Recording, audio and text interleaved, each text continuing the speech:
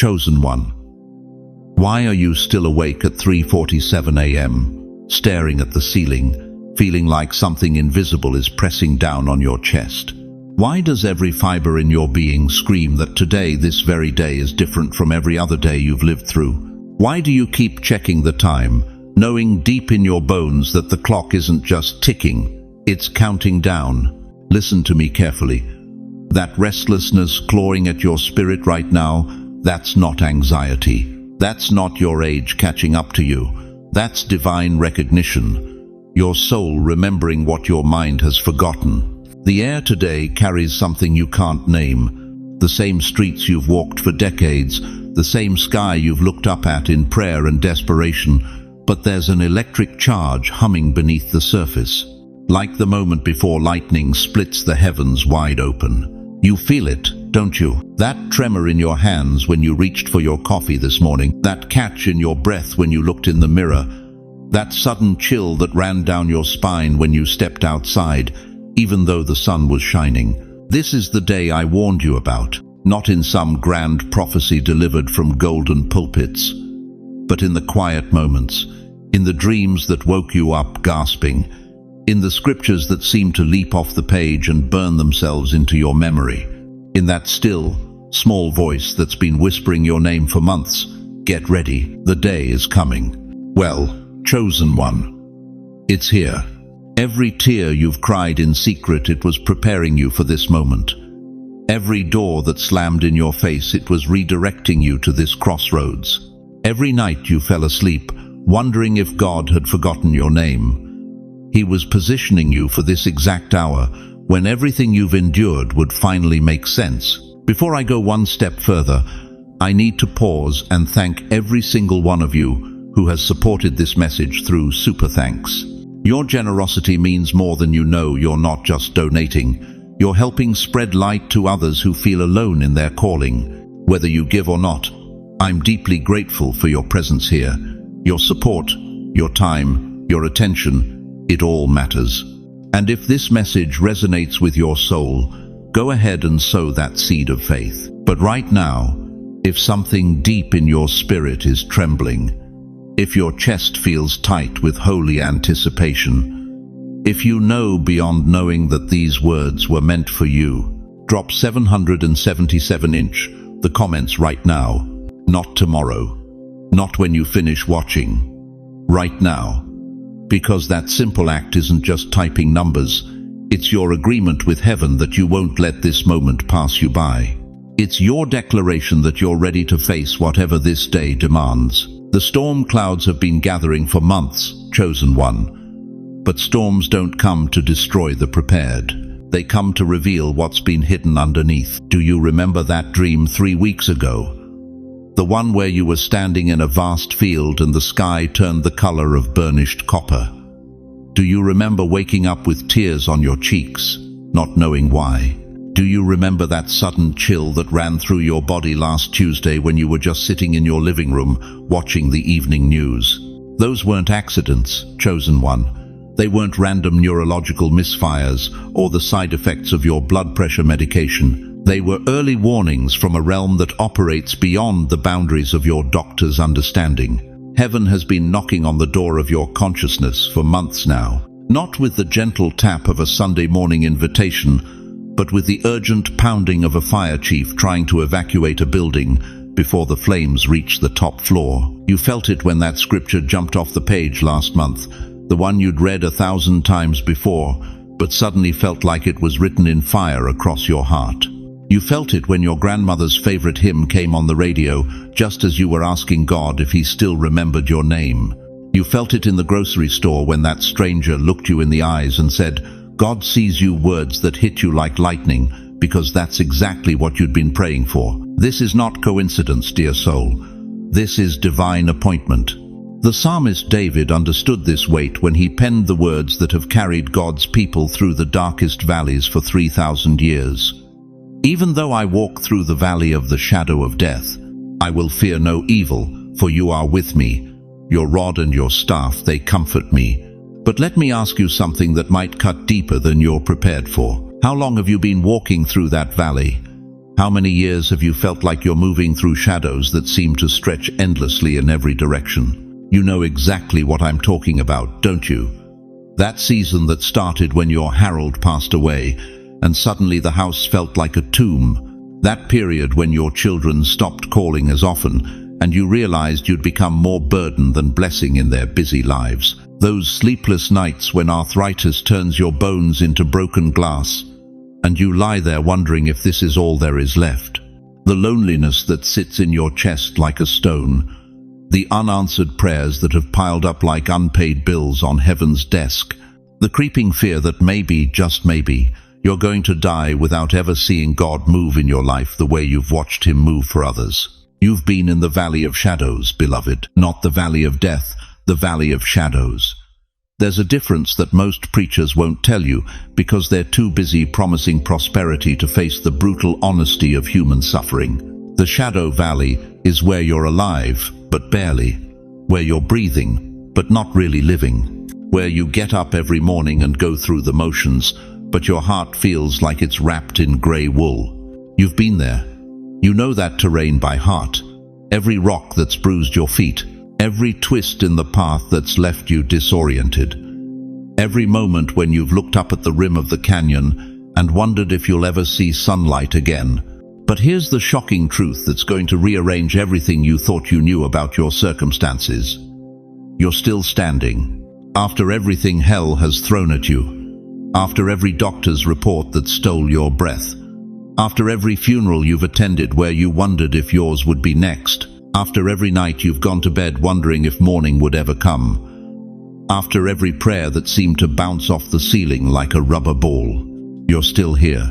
You're still breathing. You're still believing enough to click on a message titled with words about God's chosen ones. That is not luck, dear one. That is not stubborn genetics or good medicine or positive thinking. That is the testimony of someone who carries the fingerprint of the Almighty so deeply embedded in their DNA that death itself cannot erase it. Every morning you wake up is a declaration of war against every force that said you wouldn't make it this far. Every breath you take is a battle cry that echoes in realms you cannot see. Every prayer you whisper through pain-clenched teeth is ammunition being loaded into heaven's artillery. You have survived what was designed to destroy you. You have endured what was calculated to eliminate you. You have outlasted what was orchestrated to outlive you. But now comes the question that will determine whether you spend your remaining years as a survivor or step into your final season as a overcomer. What if your survival wasn't the end goal? What if it was the preparation?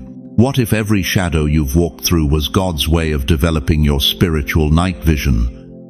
What if every valley you've traversed was training for the mountain you're about to climb? What if every test you've passed was a qualifier for the assignment you're about to receive? The weight you feel today isn't the heaviness of approaching death, chosen one. It's the gravity of approaching destiny.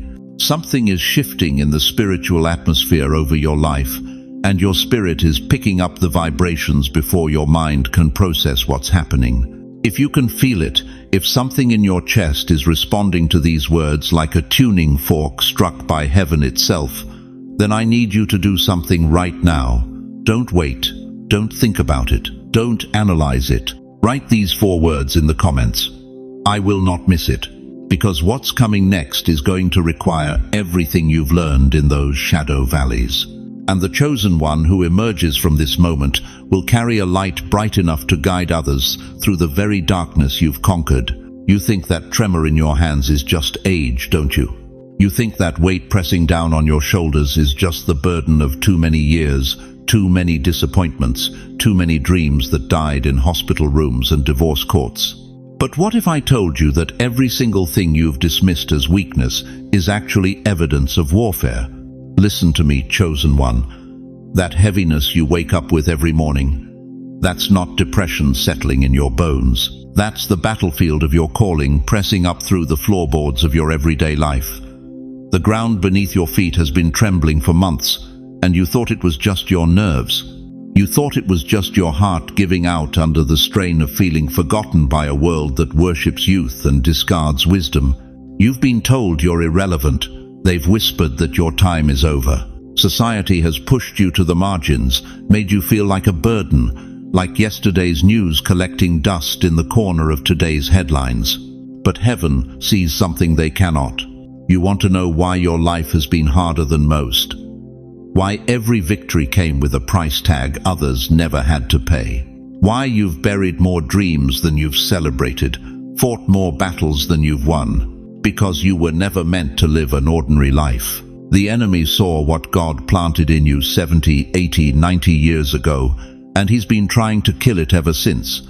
Every financial crisis that should have destroyed you, every betrayal that should have broken you, every diagnosis that should have defeated you. These weren't random storms, dear one. These were targeted strikes against a destiny so dangerous to darkness that hell itself mobilized to stop you. But you're still here, still breathing, still believing, still standing when lesser souls would have crumbled into dust decades ago. David wrote in Psalm 23:4, "Though I walk through the valley of the shadow of death, I will fear no evil." But do you understand what he was really saying? He wasn't talking about being unafraid. He was declaring that even in the darkest valley, even when death itself cast its shadow over his path, he would not bow to what threatened him. That's you, chosen one. That's your story written in blood, sweat and tears across 8 decades of refusing to bow. Heaven didn't choose you because you're the strongest in appearance. It chose you because when hell threw its worst at you, you wouldn't break. When life demanded you surrender your faith, you held it tighter. When everyone else quit believing in miracles, you kept praying for the impossible. Your scars are not evidence of defeat, they are proof of your survival. And survival itself is prophecy. Every line on your face tells the story of a night you should have given up, but didn't. Every grey hair is a trophy from a battle you should have lost but won. Every slow step you take now carries the weight of victories that younger generations can't even imagine. You think you're tired? You're not tired. You're battle-tested. You think you're broken? You're not broken. You're refined by fire. You think you're forgotten? Child, you're the secret weapon heaven has been saving for the final hour. This is why the enemy worked so hard to convince you that your best days were behind you. Because if you ever truly understood that your scars qualify you, that your age sanctifies you, that your endurance makes you unstoppable, darkness would tremble at the sound of your name. Right now, I need you to do something that's going to shift the very atmosphere around your life. If you're still standing after everything hell threw at you, if you're still here, still listening, still believing, I want you to raise your hand wherever you are. Raise it high and type "still standing" in the comments below. This isn't just acknowledgement. This is prophetic declaration. This is you announcing to every demonic force that tried to take you out, you failed. I'm still here. And I'm not going anywhere. When you type those 2 words, you're not just commenting on a video, you're planting a flag in enemy territory. You're serving notice to hell itself that the warrior they thought they'd defeated is still armed, still dangerous, and still carrying fire from the throne room of God. But here's what's going to shock you about this battlefield you've been walking on. All those years when you thought you were barely surviving. You weren't just surviving, chosen one. You were being prepared. Every scar was a lesson. Every tear was liquid wisdom. Every closed door was redirection toward your true assignment. The very battles that made you feel weak were actually making you weaponized for what's coming next. But you knew something was coming, didn't you? Deep in your bones, you felt it stirring. Not today, not yesterday, but weeks, months, maybe even years ago. You thought you were losing your mind when the numbers started appearing. 4:44 on the clock when you woke up at night, crying out to God about your empty bank account. 5:55 on the receipt at the grocery store, when you could barely afford milk and bread. 11 when you glanced at your phone, wondering if your children would ever call again. The world told you it was coincidence. But your spirit knew better. Why do you think those numbers followed you like breadcrumbs on a divine trail? Why do you think they appeared in your darkest moments, when hope felt like a luxury you couldn't afford? Because heaven was trying to get your attention. God was dropping signs like lightning bolts. And you were one of the few awake enough to catch them. Think about that dream you had 3 weeks ago. The one that woke you up at 2 a.m. with your heart pounding, sweat on your forehead, and tears you couldn't explain. You saw yourself standing in a vast field, and someone was calling your name from a distance. You couldn't see who it was, but the voice. The voice made your soul ache with recognition. You tried to forget it, told yourself it was just stress, just your medication, just your age playing tricks on your mind. But it's haunted you ever since, hasn't it? That wasn't a dream, chosen one. That was a divine appointment. A preview of today. And what about that scripture? Jeremiah 33:3 kept appearing everywhere you turned. Call to me, and I will answer you, and tell you great and unsearchable things you do not know. Your pastor preached on it. Your daily devotional landed on it. Even a stranger on the bus was reading it when you sat down beside them. 3 times in 1 week. 3 times that same verse pierced through the noise of your ordinary life and grabbed you by the collar. You thought God was being repetitive, but God doesn't stutter. When he repeats himself, it's because the message is urgent, critical, life-altering. Look at Joseph in Genesis. Pharaoh had the same dream twice. 7 fat cows, 7 skinny cows, 7 good years, 7 years of famine. Why twice? Because God was shouting, "Pay attention, this matters, prepare now." You've been living your own Joseph moment, haven't you? The signs, the dreams, the repeated messages, all preparing you for this day when the famine of your past meets the abundance of your future. But here's what breaks my heart. Here's what keeps me up at night praying for people like you. You noticed all these signs, felt all these stirrings, experienced all these divine interruptions, and then you questioned yourself. Maybe I'm reading too much into it. Maybe I'm just desperate for meaning. Maybe God doesn't really speak to people like me. Stop, right there. Stop. Do you think Oprah ignored the signs when she was fired from her first television job at 23, told she was unfit for television? That rejection wasn't failure.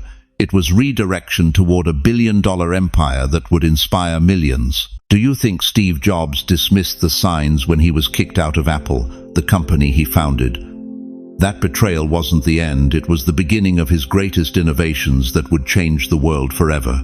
Do you think Tyler Perry ignored the signs when he was homeless, living in his car, writing plays that nobody wanted to produce? Those rejections weren't proof he wasn't talented, they were proof he was being prepared for something bigger than anyone could imagine. Each of them could have dismissed the signs, could have called their struggles bad luck or coincidence, but they recognized the pattern. They saw the divine thread weaving through their pain. Just like Esther, who thought she was just a young woman in the wrong place at the wrong time. But Mordecai saw the signs. Who knows but that you have come to your royal position for such a time as this? For such a time as this. Not for such a time as yesterday, when you were younger, stronger, more confident. Not for such a time as tomorrow, when you think you'll finally have it all figured out. For such a time as this. Right now, at this age, with these scars, with this history, with these exact experiences that have shaped you into someone the world desperately needs. You want to know why you noticed the signs when others walked right past them. You want to know why those dreams disturbed your sleep when others sleep peacefully in ignorance. You want to know why that scripture burned in your chest when others read it like any other verse. Because your spirit was tuned to heaven's frequency. Because you were wired from birth to receive divine signals. Because the same God who spoke to Abraham, who called Moses, who chose David, that same God has been trying to reach you. The signs weren't random. They were recruitment. They were heaven's way of saying, I see you, I know you, I've been preparing you, and now it's time. But here's the terrifying truth nobody wants to tell you. Signs have an expiration date. Dreams fade. Repeated scriptures stop appearing. Divine appointments can be missed. The window that's been open for months, sending you signals, dropping you hints, preparing your heart. That window won't stay open forever. If you've been putting off what God has been calling you toward, if you've been making excuses about your age, your resources, your qualifications, if you've been waiting for a better time to step into your destiny, the signs are telling you there is no better time than right now. Type "I hear you, Lord" in the comments if those signs I just described have been showing up in your life. Because when you acknowledge them publicly, when you stop dismissing them as coincidence, when you finally say, "Yes, God, I've been seeing the signs," that's when heaven responds with power you've never experienced. But the question burning in the throne room right now is this: what are you going to do with the signs you've been given? Listen to me, chosen one. Right now, at this very moment, you're standing in the eye of the storm. And I know God knows, I know that these past few weeks have felt like hell itself opened up and decided to make you its personal project. You've been wondering, haven't you? Lying there at 3 in the morning, heart pounding, asking yourself, why is everything falling apart now? Why, when I thought I was finally getting somewhere, does it feel like I'm being buried alive? Let me tell you something that's going to shake you to your core. What you're experiencing right now isn't God abandoning you. It's hell panicking. You see, there's a spiritual law most believers never understand. The darker the night gets, the closer dawn is. And right now, you're in the 3 a.m. of your soul, that darkest hour, when every demon in hell is throwing everything it's got at you because they know something you've forgotten. They know you're about to break through. Think about it. When was the last time you faced this level of opposition? When was the last time every single area of your life seemed to be under attack simultaneously? Your health, your finances, your family relationships, your peace of mind, all at once. That's not coincidence, that's strategy. The enemy doesn't waste ammunition on people who pose no threat. He doesn't send his best demons after folks who are content to sit in the pew and go through the motions. But you've been marked, you've been targeted, because hell sees what's coming in your life, and they are terrified. Moses faced this same ambush. Right before the Red Sea parted, Pharaoh's army was breathing down their necks. Right before the miracle, it looked like total annihilation. The children of Israel were crying, "Why did you bring us out here to die?" But Moses, 80-year-old Moses, stood firm and declared in Exodus 14:13, "Do not be afraid, stand firm, and you will see the deliverance the Lord will bring you today." Today, not someday. Today. And here's what I need you to understand about where you are right now. You think you're at the end of your rope, but you're actually at the edge of your breakthrough. You think you're too old, too tired, too broken to see God move in your life, but that's exactly why He's about to move mountains. Because God specializes in using the tired, the forgotten, the written off. Sarah was 90 when she birthed nations. Abraham was 100 when promise became reality. Anna was 84 when she finally saw the Messiah she'd been waiting for her entire life.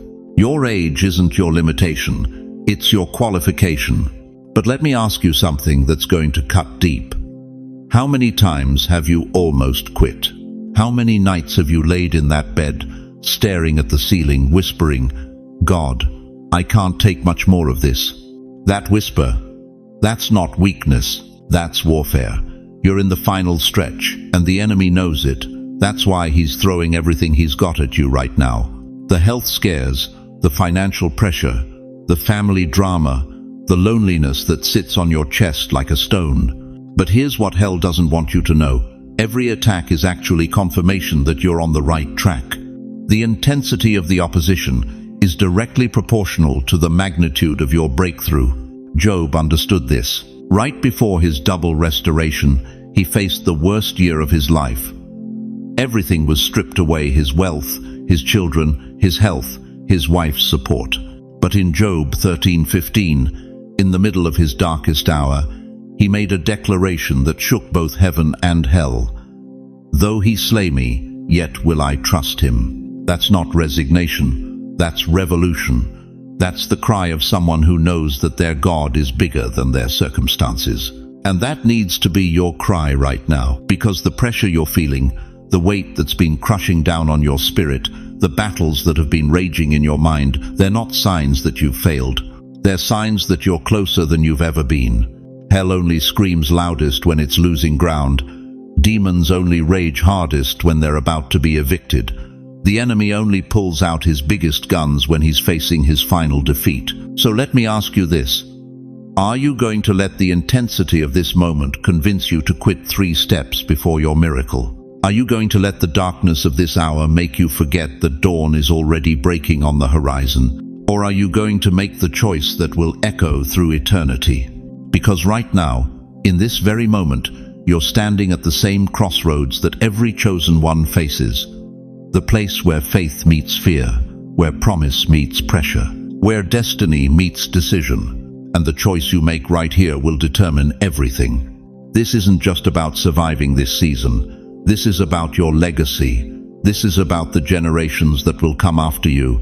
This is about the testimony you'll carry into eternity. Moses could have turned around at the Red Sea. Sarah could have laughed off God's promise. David could have stayed hidden in the cave, but they didn't. They chose to trust the God of the impossible over the evidence of the improbable. And that's the choice standing before you right now. I need you to do something that's going to sound crazy, but it's going to shift the spiritual atmosphere around your life. Right now, right where you're sitting, I want you to open your mouth and declare, I choose life. Not just think it, say it, out loud, let hell hear you. And then I want you to type it in the comments. I choose life, because that's not just a statement, that's a covenant. That's your declaration that no matter how dark this night gets, you're going to hold on until dawn breaks. Because it's coming, chosen one. Your breakthrough isn't maybe coming, it's already here. You're not hoping for a miracle, you're standing in one. The question is, will you have the faith to see it through? Listen to me, chosen one. The world has been lying to you for decades. They've whispered poison in your ear so long you've started believing it yourself. They told you that at 75, 80, 90 years old, your race is over. That your crown was never coming. That you missed your moment somewhere back in your 30s when your knees were stronger and your hair was darker. They lied. You know what breaks my heart? Walking into senior centers across America and seeing God's most seasoned warriors sitting in wheelchairs, staring at game shows, convinced their purpose died with their last paycheck. Believing the devil's propaganda that gray hair means game over. But let me tell you something that's going to shatter every limitation the enemy has whispered over your life. That crown you've been praying for, hoping for, crying for in the midnight hours when nobody's watching, it's not coming someday.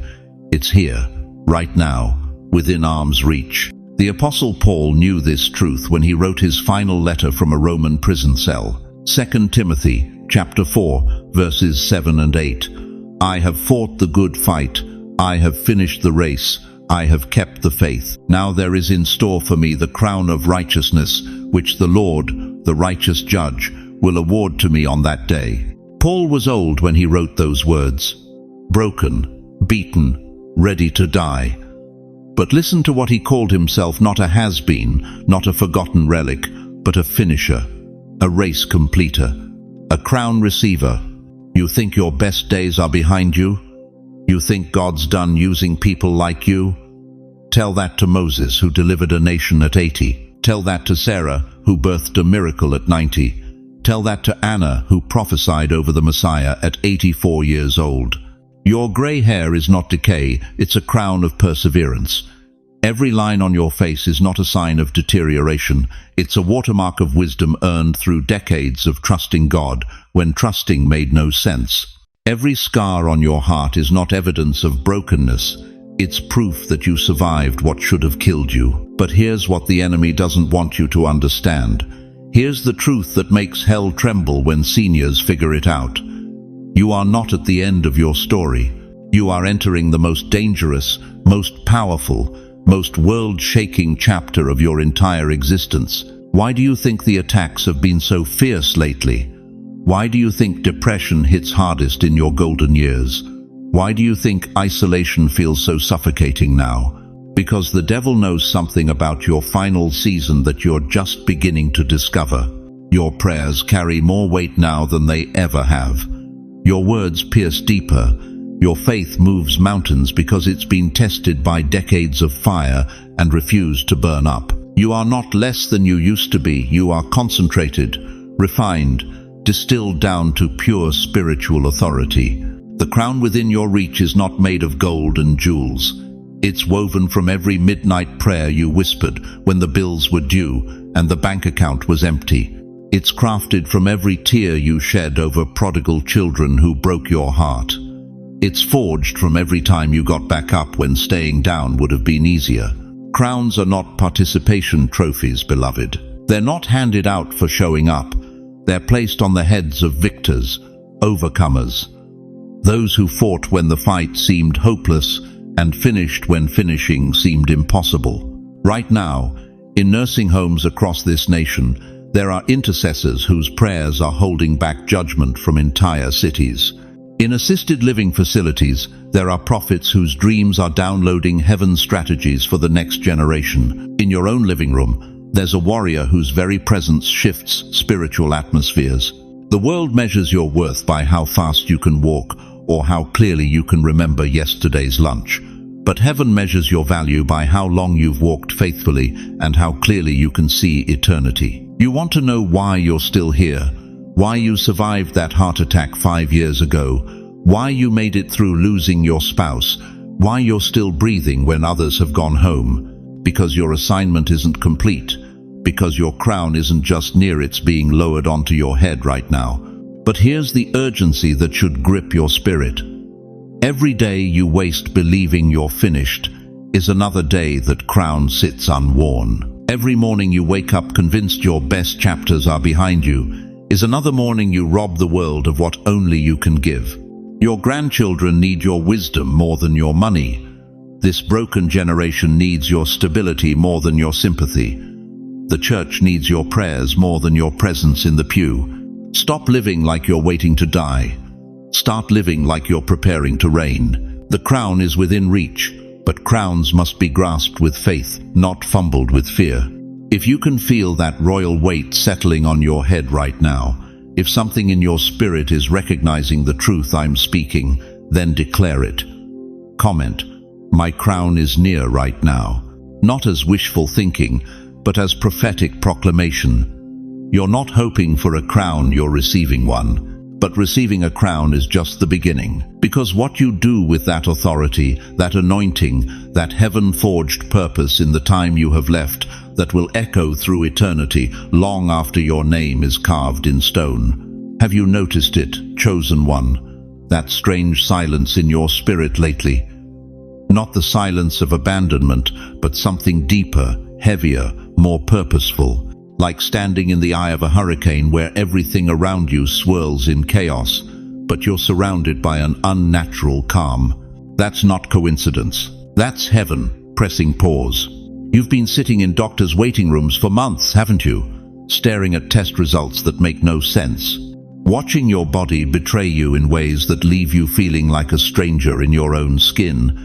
And in those sterile hallways, time moves differently. Each second stretches like an eternity, and you whisper the same prayer you've whispered for decades. God, are you still there? But what if I told you that every unanswered prayer, every sleepless night, every moment you felt forgotten, wasn't God ignoring you, it was God protecting you?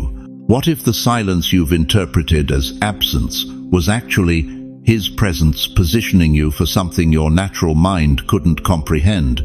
In Psalm 46:10, the Almighty declares, "Be still, and know that I am God." But the Hebrew word for be still is rapha. It means to let go completely, to cease your own striving, to surrender so deeply that your very soul becomes quiet enough to hear what heaven has been whispering all along. You see, most people think silence means something's broken. But for the chosen, silence is fine-tuning. Heaven isn't delaying your breakthrough. Heaven is calibrating your spiritual radar so precise that when the moment comes, you won't miss it by even a heartbeat. Think about those long nights when you've lain awake, your mind racing through decades of decisions, wondering if you took the wrong turn somewhere. Your children barely call anymore. Your friends from church have moved on to younger, more vibrant circles. The mirror reflects a face you sometimes don't recognize, lined with years of carrying burdens you never asked for. But what if every one of those lonely nights was actually a divine appointment? What if God needed you isolated from the noise so he could download something into your spirit that the crowd would never understand? Moses was 80 years old when God called him from that burning bush. 80. He'd spent 40 years thinking he was somebody in Pharaoh's palace, 40 years thinking he was nobody in the wilderness. But it was in that fourth decade of silence that season, when everyone else had written him off, that God was preparing him to split seas and shake nations. The pause wasn't punishment, it was preparation. You've felt it too, haven't you? That sense that everything in your life has been building towards something, but you can't put your finger on what. The way certain scriptures seem to burn when you read them, the way your spirit jumps when you hear a particular song, the way your chest tightens when you drive past certain places, as if your soul recognizes something your mind has forgotten. That's not nostalgia, dear one. That's prophetic recognition. Heaven has been pressing pause in your life because what's coming requires a version of you that can only emerge in the stillness. The old you, the one who relied on your own strength, your own timing, your own understanding, that version couldn't carry what God is about to place in your hands. But this you, the you who's learned to trust when you can't see, the you who's discovered that God's silence doesn't mean God's absence, the you who's been refined in the furnace of waiting until every ounce of self-reliance has been burned away, this you is dangerous to the kingdom of darkness. It is not delay, it is design. It is not silence, it is strategy. It is not abandonment, it is assignment. Right now, as these words penetrate the deepest chambers of your heart, something ancient is awakening. Can you feel it? That flutter beneath your ribs? That sudden awareness that you've been holding your breath for months, waiting for permission to exhale. The permission just arrived. Ecclesiastes 3:1 reminds us, "To everything there is a season, and a time to every purpose under heaven." Your season of wondering is ending. Your season of wandering is finished. Your time to step into the fullness of what God has been preparing is here. But here's what you must understand. The pause is ending not because circumstances have changed, but because you have changed.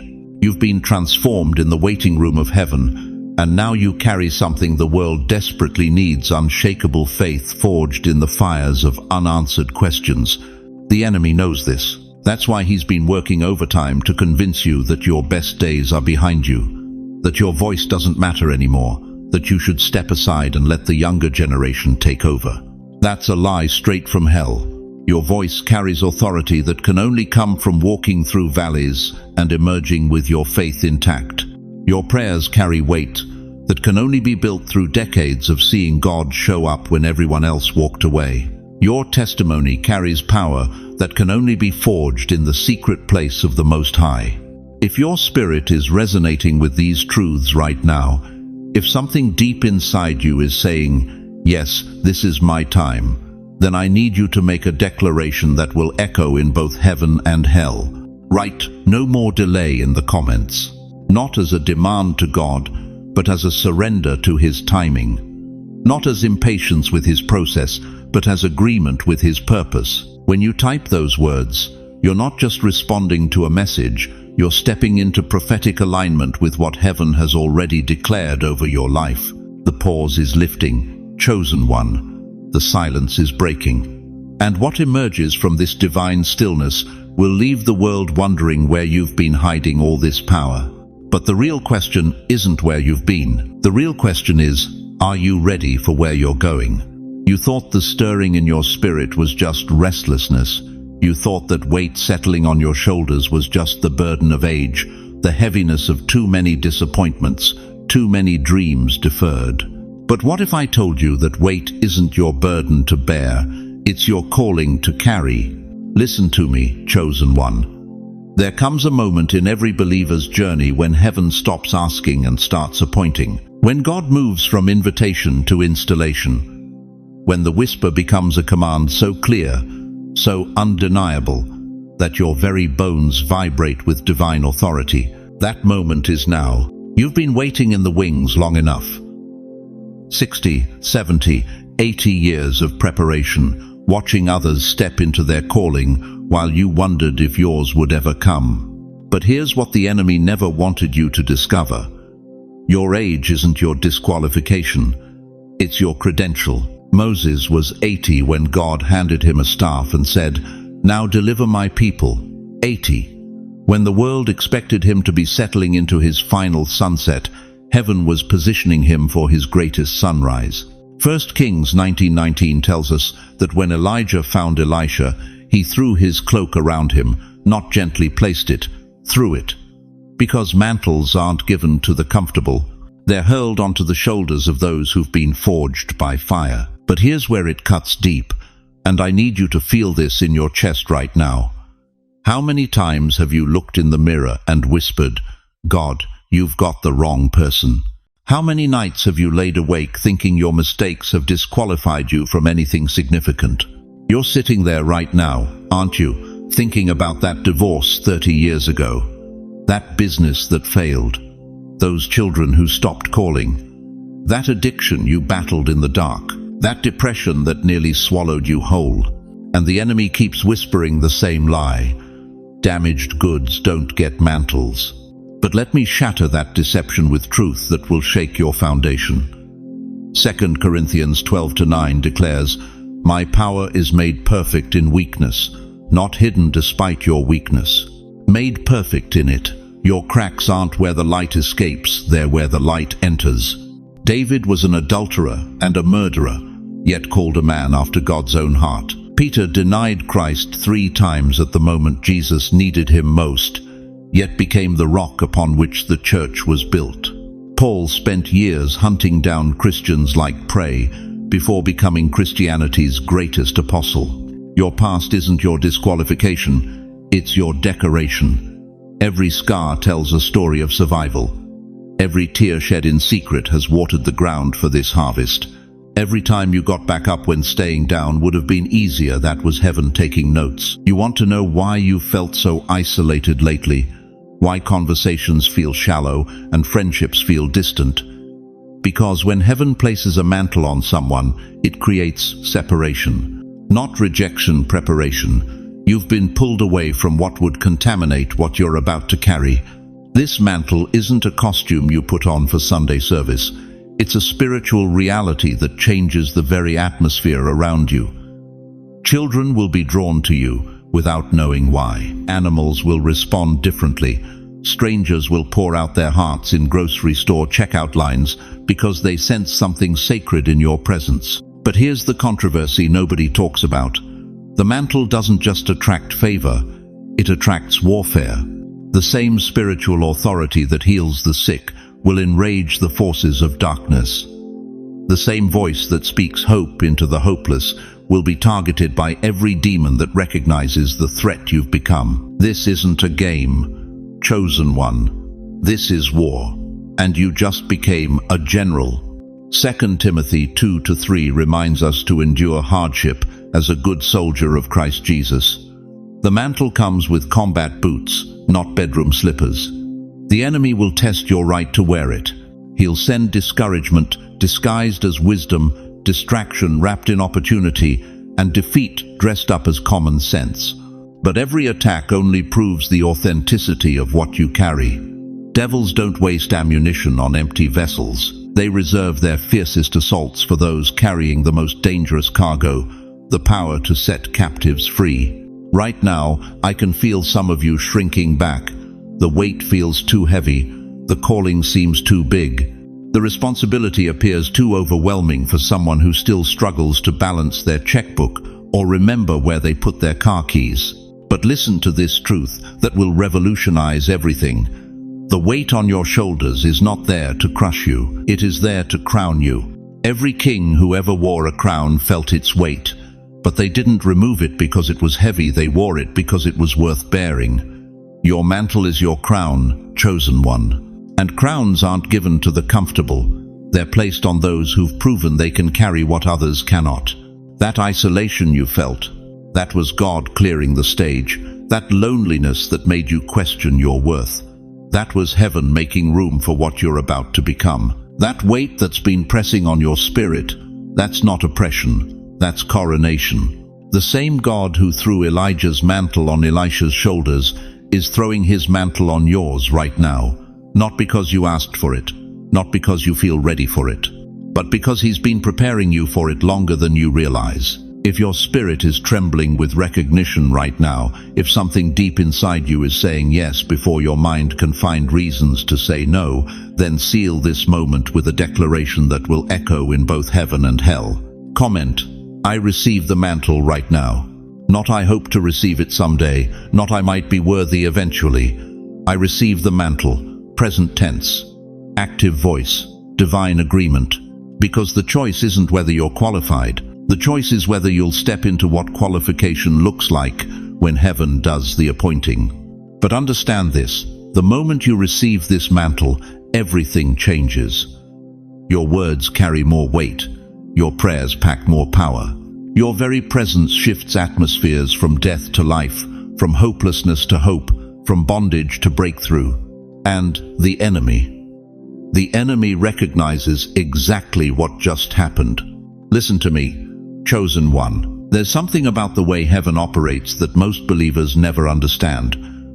When God speaks to you once, that's revelation. But when he speaks to you twice about the same thing, that's not repetition. That's urgency. He told you once, and he is telling you again. Not because he forgot, but because he doesn't want you to. You've been seeing it, haven't you? That number that keeps showing up everywhere you look.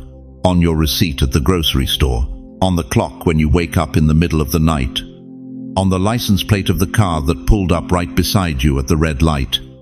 The same sequence, over and over, following you like a divine shadow.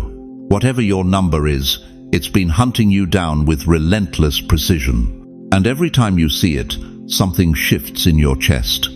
A quickening, a recognition that makes your spirit stand at attention. That's not coincidence, dear one. That's confirmation. In the book of Numbers, chapter 23, verse 19, Scripture declares, God is not human, that he should lie, not a human being, that he should change his mind. Does he speak and then not act? Does he promise and not fulfill? When the Almighty decides to confirm his word to you, he doesn't whisper it once and hope you catch it. He thunders it through your circumstances until you cannot ignore it, cannot explain it away, cannot pretend it's just your imagination running wild. But here's what will shake you to your core. The second confirmation isn't coming because you missed the first one. It's coming because what God is about to do in your life is so massive, so earth-shattering, that your human mind needs multiple anchor points to believe it's real. Think about Abraham. God promised him a son when he was 75 years old. But did God speak once and leave Abraham to figure it out? He confirmed that promise again when Abraham was 85, again when he was 90, again when he was 99. Each confirmation wasn't doubt on God's part, it was preparation on Abraham's part, building his faith muscle to carry a miracle that would birth nations. You're in your Abraham season right now, that dream that keeps coming back to you, the one that makes you feel crazy for even entertaining it at your age, the financial breakthrough that seems too good to be true, the healing you've been praying for that the doctors say is impossible. God isn't confirming these things because he's unsure. He's confirming them because he knows exactly how big they are. And frankly, chosen one, your natural mind can't handle the magnitude of what's coming without multiple confirmations to anchor your faith. But here's where most people stumble. They treat confirmations like fortune cookies. They get excited for a moment, then go back to living like nothing supernatural is happening. They see the numbers, feel the chills, recognize the patterns, Then wake up the next morning and let doubt creep back in like fog rolling over a harbor. That's exactly why the enemy works overtime during confirmation seasons. He knows that if you fully receive what heaven is confirming, if you plant your feet and declare God said it, I believe it, that settles it, you become unstoppable. So he floods your mind with questions. Are you sure that was God? Couldn't that just be coincidence? Don't you think you're reading too much into this? Listen to me carefully. When God confirms something twice, 3 times, 4 times, it's not because he's stuttering, it's because he's accelerating. The second confirmation is not reassurance, it is acceleration. In Habakkuk 2-3, the prophet writes, "For the revelation awaits an appointed time. It speaks of the end and will not prove false. Though it linger, wait for it. It will certainly come and will not delay." Did you catch that? It will certainly come and will not delay. When heaven moves into acceleration mode, delays become extinct. What you thought would take years starts happening in months. What you thought would take months starts happening in weeks. What you thought would take weeks starts happening overnight. And that acceleration is precisely why your spirit has been so restless lately. Why you've been waking up at 3 a.m. feeling like something momentous is about to happen. Why ordinary conversations suddenly feel loaded with meaning. Why you can't shake the feeling that you're standing on the edge of a cliff, about to either fall or fly. You're not losing your mind, you're gaining your moment. The confirmations aren't random, they're surgical. Heaven is targeting the exact areas where doubt has been camping out in your heart. That financial miracle you stopped believing could happen. That's why you keep seeing 555 everywhere. That relationship restoration you gave up hoping for. That's why 777 won't leave you alone. That ministry calling you've been running from. That's why 1111 shows up every time you try to convince yourself you're too old. God speaks in echoes, chosen one, and echoes get louder the closer you get to their source. Right now, I need you to do something that might feel uncomfortable but is absolutely necessary. I need you to stop being a secret believer in your own breakthrough. I need you to make a public declaration of what heaven has been confirming in private. Write 555 in the comments if that's your number. Write 777 if that's what's been following you. Write 1111 if that's your confirmation code. Don't overthink it. Don't hesitate. Your fingers know which number has been speaking to your soul. This isn't numerology. This isn't superstition. This is you agreeing with heaven that you've received the message. This is you declaring that the second confirmation has landed. This is you stepping out of the boat and onto the water of pure faith. Because what happens next is going to require every ounce of confirmation you've received. The acceleration that's coming will test whether you truly believe what you say you believe. And the only way to survive acceleration is to be anchored in the certainty that God said it, heaven confirmed it, and hell can't stop it. The question burning in the atmosphere right now is this: will you trust the echo, or will you wait for a thunderclap that may never come? There comes a moment in every chosen one's journey when the gentle hand of God's protection lifts. Not because his love has failed, not because his promises have expired, but because mercy itself must sometimes step aside to let truth do its work. You feel it, don't you? That cushion you've been standing on for months, maybe years gone. Suddenly, every decision carries weight. Every delay costs more than it used to. Every compromise leaves deeper marks on your soul. This is what happens when mercy steps back. For decades, you've lived under divine protection so constant, so encompassing, that you mistook it for ordinary life. When you made poor choices, somehow the consequences were softened. When you ignored clear direction, another chance always appeared.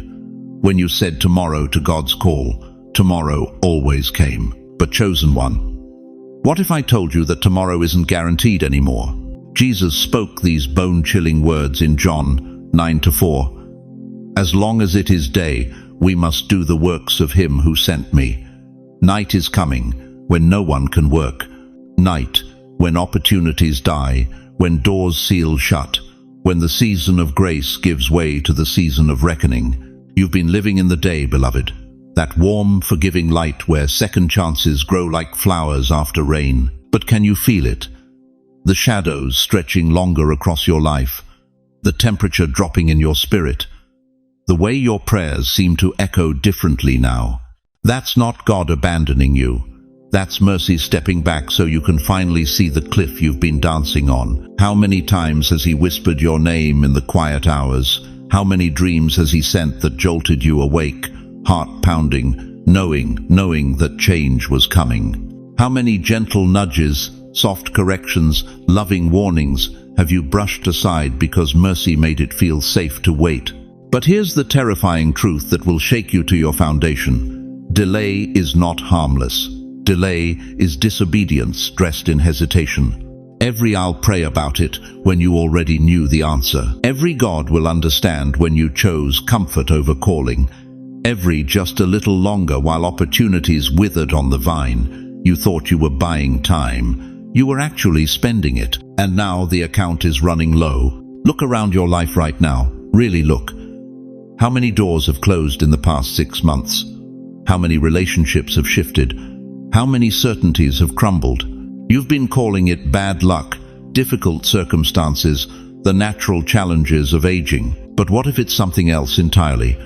What if mercy has been quietly, systematically removing the safety nets you've relied on, instead of relying on him? This is the season when God stops catching you before you fall. Not because he's cruel, but because you've learned to leap without looking, trusting the net more than the navigator.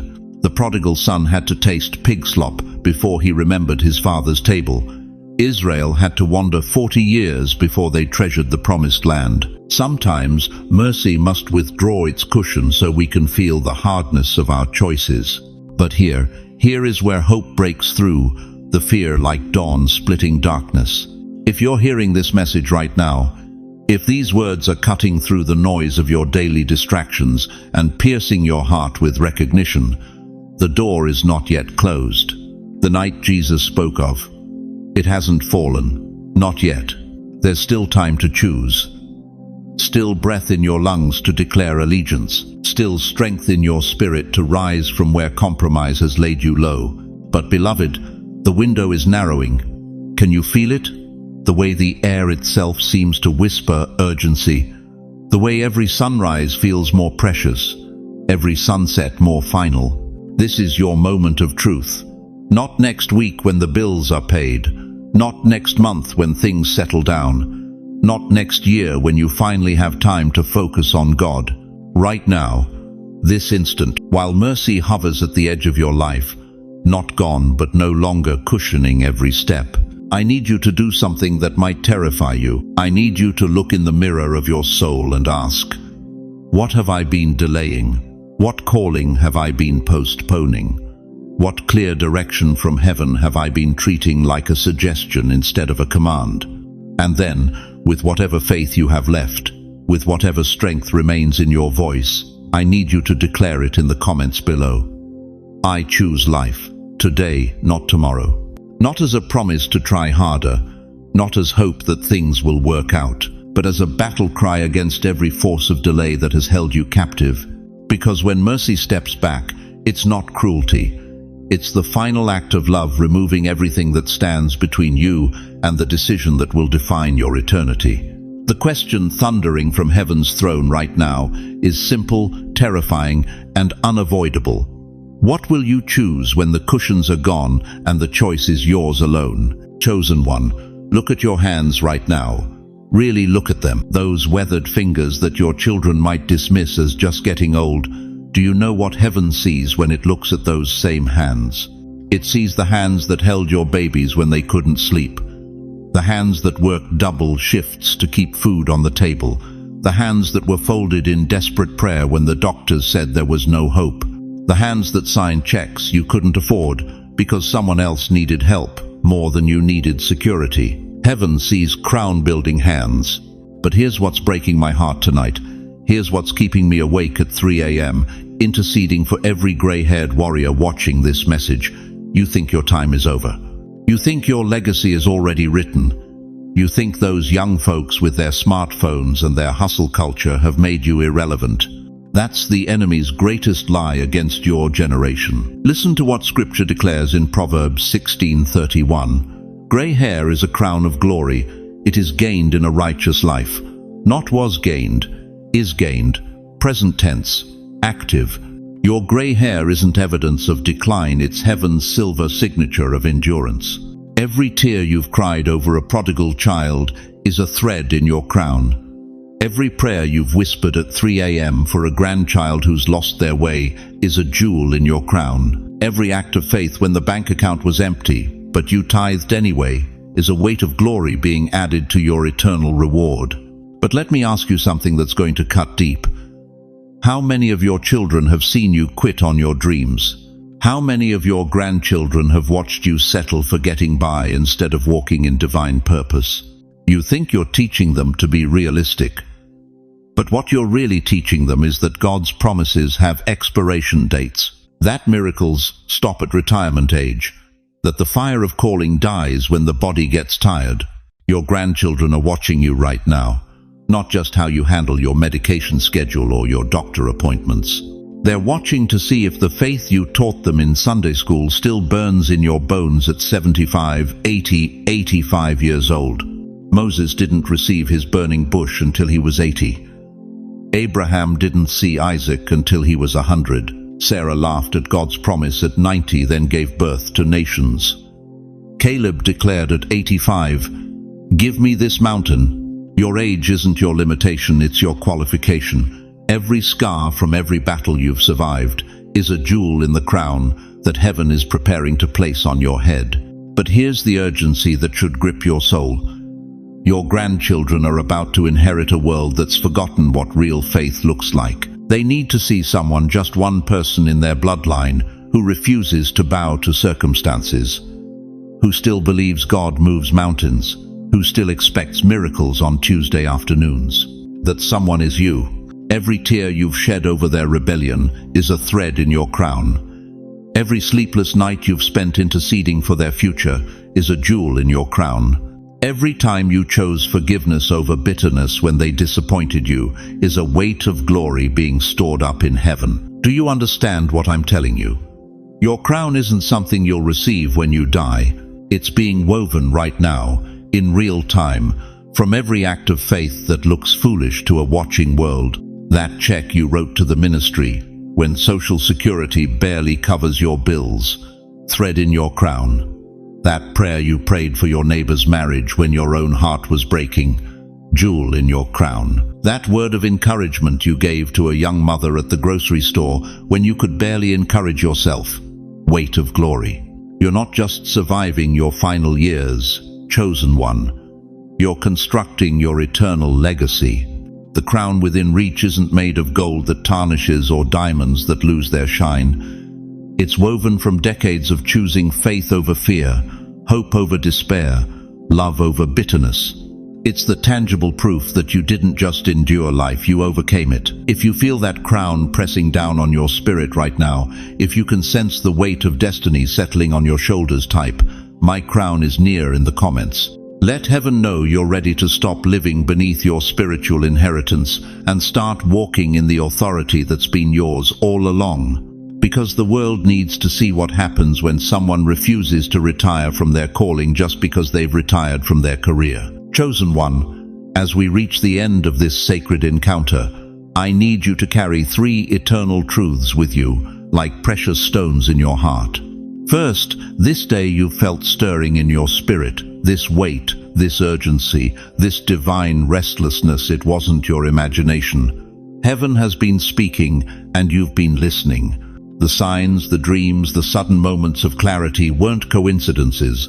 They were appointments, divine appointments preparing you for what's unfolding right now in your life. Second, your age is not your disqualification, it's your greatest weapon. Every wrinkle tells a story of God's faithfulness. Every gray hair is a silver thread in the crown heaven is weaving for you. While the world sees decline, God sees refinement. While others see your sunset, He sees your finest hour approaching. Third, the legacy you're building isn't finished. Your children, your grandchildren, your spiritual descendants, they're all watching to see if the faith you taught them in their childhood still burns in your bones in your golden years. They need to witness what it looks like when someone refuses to retire from their calling just because they've retired from their career. But here's what I need you to understand deeper than knowledge, settled in your bones. You are not walking this path alone. The same God who warned you about this day is the God who's been preparing you for it. Every closed door trained you for this moment. Every tear you cried in secret was collected in heaven's bottles. Every prayer you whispered in the dark was heard by the one who never sleeps. And right here, in this community we've built together, you have thousands of brothers and sisters who understand your journey. We've felt the same stirring. We've heard the same call. We've wrestled with the same doubts and emerged with the same unshakable faith. You're not just watching a video, you're part of a family that prays together, believes together, and advances God's kingdom together. Let me ask you this final question, and let it resonate in the deepest chambers of your heart. If you knew beyond doubt that God was preparing to use the remainder of your years for His greatest purposes, if you could see the crown that's already being prepared for your head, how would you walk differently tomorrow morning? Before I release you into your destiny, I want to place my hand on your shoulder through these words and pray over your life with the authority that comes from walking this same path. Heavenly Father, I lift up every precious soul who has stayed with us through this entire message. You see them, not just their wrinkled hands and slower steps, but their warrior hearts that refuse to quit. You see their crowns already taking shape in the heavenlies. Lord, breathe fresh strength into their weary bones. Where they feel forgotten, remind them they're eternally remembered. Where they feel useless, show them they're invaluable. Where they feel their time is over, reveal that their finest hour is just beginning. Father, silence every voice that whispers too old, too late, too tired. Let them hear only your voice declaring chosen, called, commissioned. Give them supernatural energy to pursue the dreams you've placed in their hearts. Open doors they thought were permanently closed. Restore relationships they thought were beyond repair. Most of all, Lord, let them feel your pleasure. Let them know that their faithfulness through decades of serving you has not gone unnoticed. Crown them with favor, surround them with your goodness. Let their final chapters be their greatest chapters. In the mighty name of Jesus, who wore a crown of thorns so they could wear a crown of glory, I seal this prayer. Amen. Now, I want to hear from you. In the comments below, share what God spoke to your heart today. What shifted in your spirit? What dreams are stirring again? Don't hold back. Your testimony might be exactly what another chosen one needs to hear to keep pressing forward. And please, if this message touched your soul, share it with someone who needs to remember they're not too old to dream, not too tired to fight, and definitely not too late to matter. There's someone in your life right now who's about to give up on their calling. Be the vessel God uses to remind them their crown is within reach. If you haven't already, subscribe to this channel and ring that notification bell. We're building something powerful here, a community of chosen ones who refuse to fade quietly into the background. Every week, we're releasing messages specifically designed to remind you who you are and why you're still here. Thank you for spending this sacred time with me. Thank you for opening your heart to receive what heaven wanted to pour into you today. Your faithfulness to listen until the very end tells me everything I need to know about your heart. You're ready for what God has prepared. The day you've been warned about has arrived, chosen one. But it's not a day of defeat, it's your day of deployment. Your crown is near, your legacy is awakening, and nothing, absolutely nothing, can stop what God has already set in motion. Go forth and reign.